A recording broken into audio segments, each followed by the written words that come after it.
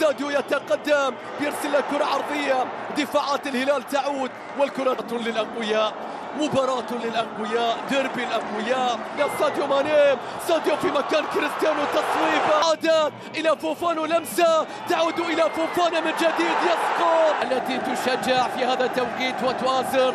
كرة بترجع طويلة وعالية في مكان باتجاه ميشايل، الميت اليمنى والتمريرة في مكان من بروسو، الكرة في مكان أطول من اللازم، الكرة تصل الآن في مكان عن طريق حارس المرمى ياسين بونو اللي بيرسل له كرة طويلة وعالية بغير الاتجاه. أيمن يحيى يبحث عن الاتجاه، كريستيانو يبحث عن كرة تمر.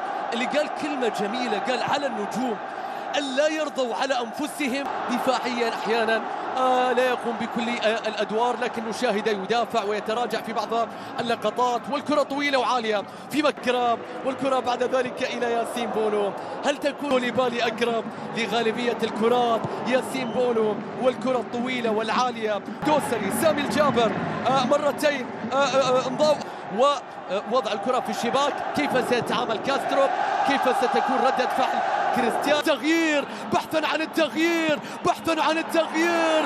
عبد الرحمن غريب عدى، غريب عرض الكرة من ساديو، لكن وصلت بعد ذلك 40 أن يكون الوحيد الذي يتجاوز حاجز 40 نقطة. وبالتالي الغنام، لكن العرضية في مكان، الرأسية في مكان في دوري أبطال آسيا. وشايف هنا هذه اللقطة وهذا الإجراء باتجاه تاليسكا، يحاول فيها ولكن ياسين بونو، يا سلام يا بونو، يعرف بأنه سيخرج من المنطقة، يكبر تاليسكا يتقدم ولكنه بونو فيها كان موجودا وحاضرا، والكرة كانت في